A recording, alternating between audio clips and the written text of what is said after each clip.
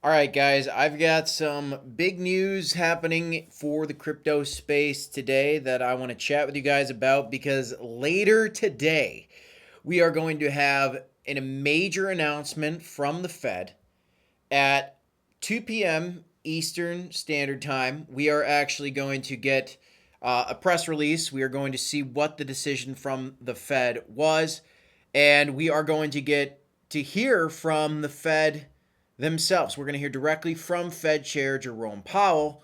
Then, shortly thereafter, the news breaks of whether we're going to do rate cuts, rate pauses. It's already baked in that we're going to have a rate pause, but there is some other news and a couple considerations that everybody needs to keep in mind for today. And so I'm going to make this quick video for you guys ahead of the live stream. We are doing our live stream, by the way, at during this meeting, right at around 1:30, 2 o'clock Central Standard Time. So I will be going live later. Typically, I go live at 11 a.m. Central Standard Time. But today we're going to go live for FOMC because that is the big event for the day, and we're going to have a lot of volatility around it. If you're new to the channel, well, welcome to the Crypto Report. I am Crypto Kip, guys. Let's talk a little bit about what is going on right now. So smash a like, subscribe. Bitcoin is doing fine today. Actually, I'm going to pull up the Bitcoin price while we're chatting right here.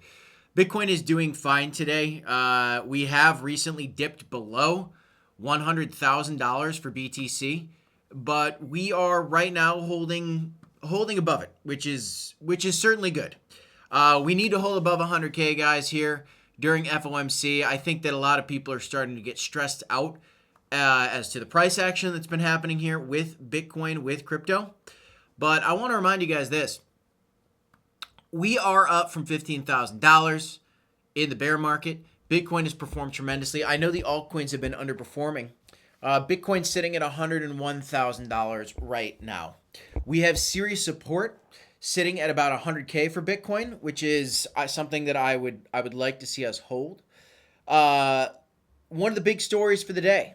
This is breaking as of this morning.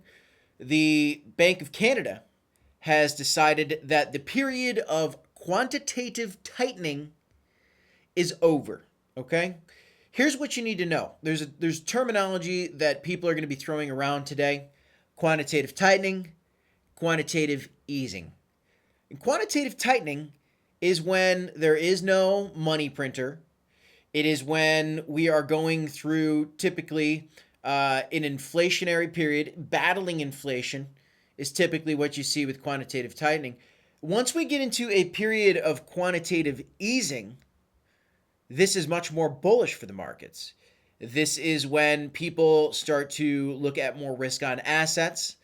This is the period of time where typically the Fed would turn on the money printer and there would be more money to go around. When the money printer is on, markets like to pump, and it almost essentially artificially inflates the market, which is great for your stocks. Probably bad that we're just printing money in general, but that's just how it works, guys. So today what you're going to be looking for is some big move from a more important bank than Canada. Canada is, good country. Maybe it's going to be part of the US.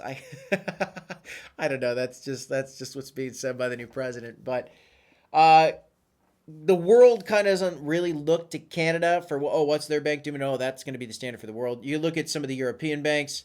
You would look at, perhaps even the Bank of China. You would certainly look at the Fed here in the U.S.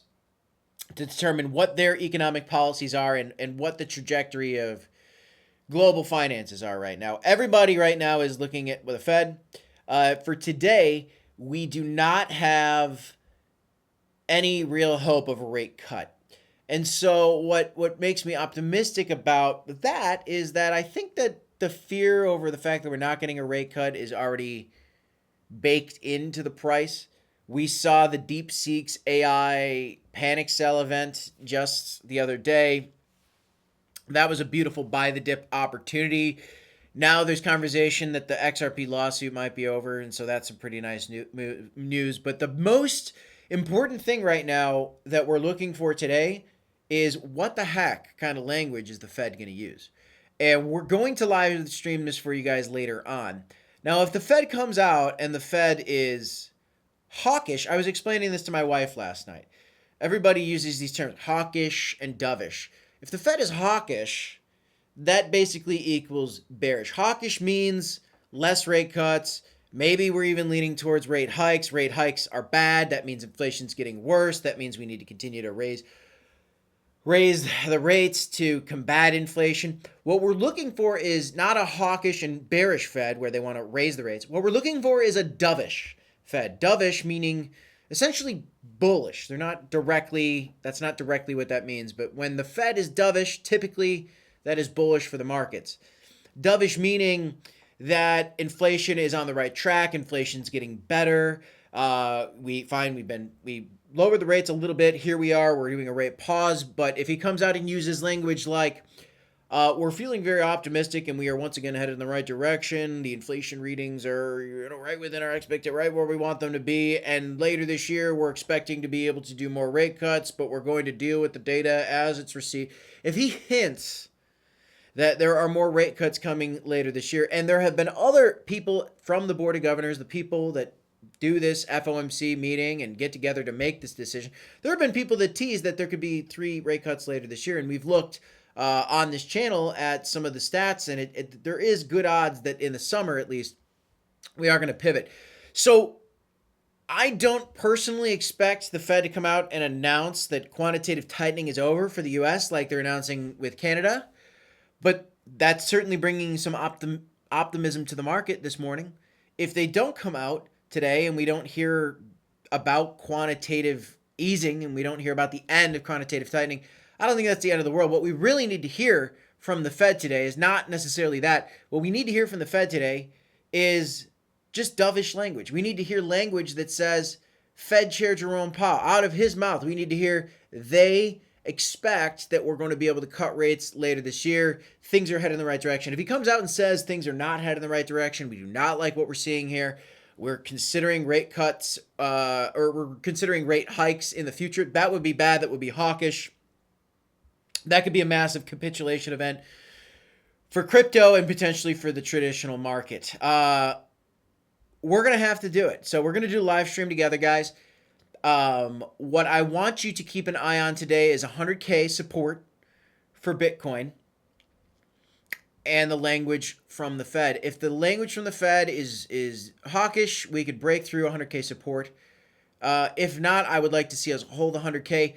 The other thing I'm looking at right now is our total market cap. This could be the volatility that brings us down to $3 trillion for total market cap. That's something I've been talking about a lot. If some of that is unfamiliar to you guys, well, you should follow this YouTube channel. You guys should stay aware of everything that's going on in the crypto space by following us here at the Crypto Report. We're doing 5 videos a day, 1 live stream every weekday at 11 a.m. Central Standard Time today. When this video is going live at 11 a.m. this morning, typically I do a live stream, but I'm going to go live for the FOMC later today. So turn on your notification bell. We are going live later today.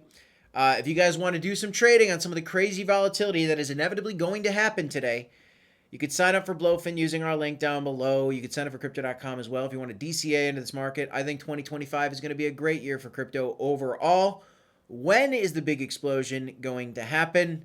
Is it after this FOMC meeting, or do we have to wait to hear more about quantitative easing? This is a big question. We're going to explore this every day, but really today during this FOMC. Smash a like, subscribe to the channel, guys. That's the breaking news for this morning, what I'm looking at for the day. I'll see you in the next one, y'all. 2 videos here if you want to check them out. See you next time. Peace.